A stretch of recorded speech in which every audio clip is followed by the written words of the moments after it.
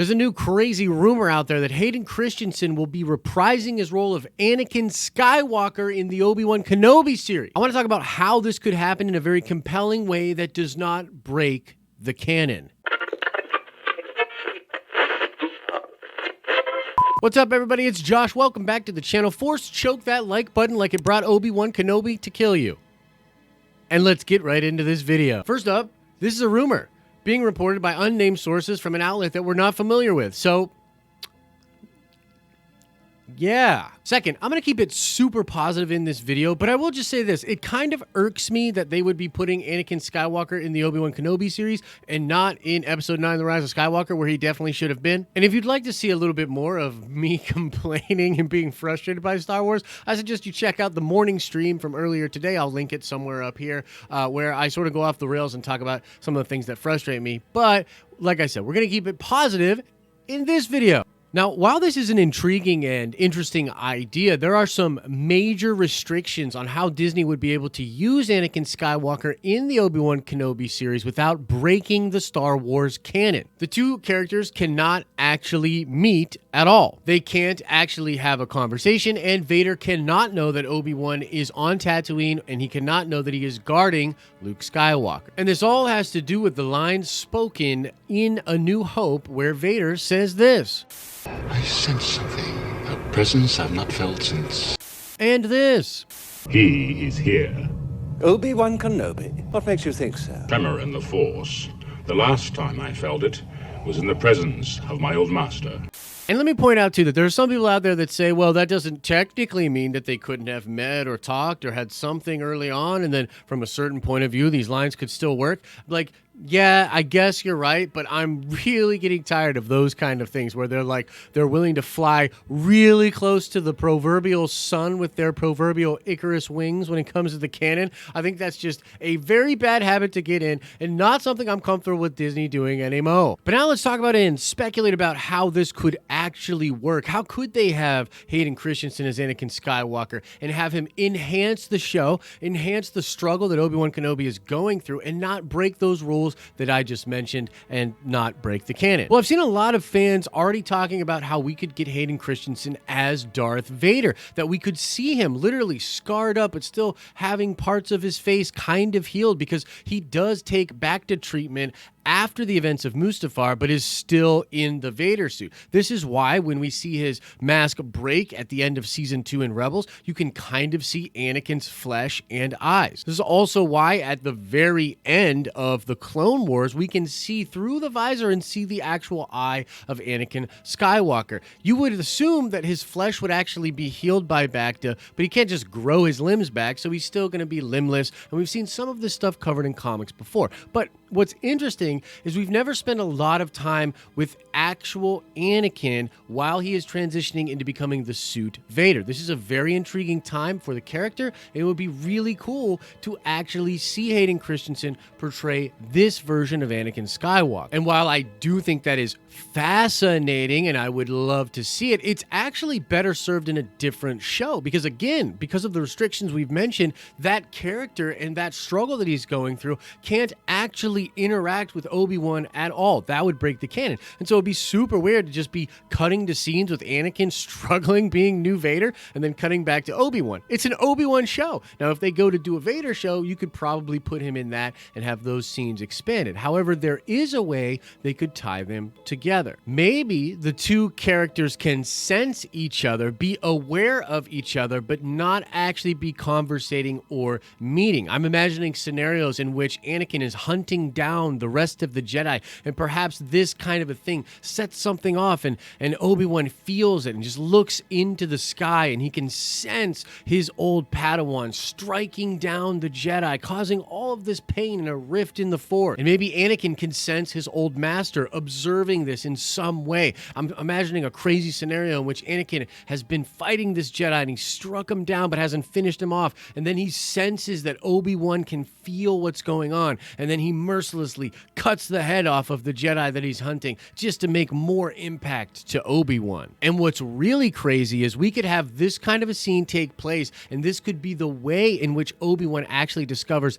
that Anakin is actually still alive, still being a tool of Palpatine's, and is actually Darth Vader. Because right now, we don't actually have a moment in the canon in which Obi-Wan actually discovers that post-Mustafar, but he must know about it given the context of the original trilogy. He clearly knows that Vader is Luke's father, you know, the whole from a certain point of view thing. So that's the first way they could use Hayden, and it would be really interesting if they did something like that with sort of a pseudo meeting. We've seen this done before with Jedi, so they could do it. Now, another way that I've seen people bring up online that this could work is with Forcebacks or flashback. Obi-Wan Kenobi could be remembering times with Anakin Skywalker. He could even have a forceback vision when he touches Anakin's lightsaber, which he has and eventually gives to young Luke in A New Hope. So there could be moments like that, but the only problem I see with this scenario is we've already seen a ton of what would be the flashbacks, like that time period, like the entire prequel trilogy and the Clone Wars and a bunch of comic books as well. We've already seen a lot of Obi-Wan Kenobi and Anakin together, and so it would be weird for them to bring Hayden back to only do scenes and things we've already seen before. And even if there's more intimate things and conversations that we haven't seen before, they need to be very careful because, again, they're brushing up against established canon, and it just gets dangerous, man. Like, the more you put things into there, the more you're going to change how we view those other movies. Now, Dave Filoni, I completely trust with this. What he did with the Clone Wars is perfect because the overlap is so clean and it doesn't intrude on the product and the prequels before, and it enhances them and creates its own story. But I don't really trust anybody else with that sort of a thing, to be completely frank. So if they're going to do flashbacks or forceback visions, they have to be very careful how those recontextualize the prequels and the relationship between Obi-Wan and Anakin.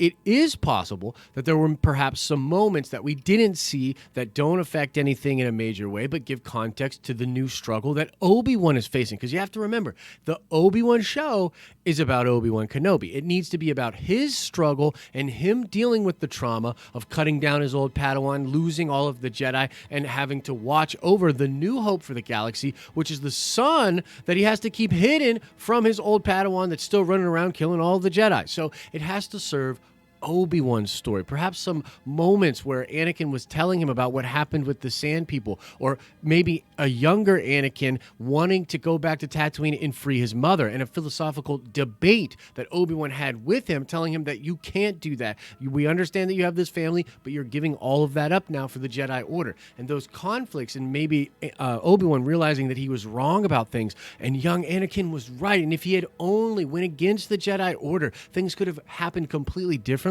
Those are the kind of things that could be really compelling for the story. Now, another way this could happen, and my personal favorite way that this would take place, is all about sort of visions and haunting of Anakin to Obi-Wan. Like, this wouldn't be the real Anakin that was having conversations with Obi-Wan, but sort of like a Force apparition, like the way that Luke sees Vader in the cave, right? The way that Rey saw Darth Rey, like something like that, except instead of Obi-Wan seeing a version of himself, he would be seeing Anakin and having conversations with Hayden Christensen Anakin Skywalker in his cave on Tatooine. And this would be incredible because Hayden Christensen would be allowed to have full carte blanche on whatever they wanted to do, because it doesn't actually break the canon, because it's not actually Anakin, but it could really serve the arc and the struggle of Obi-Wan. Like, imagine young Anakin sitting down with Obi-Wan and being like, "Master, I will find these children. You can't hide them from me forever.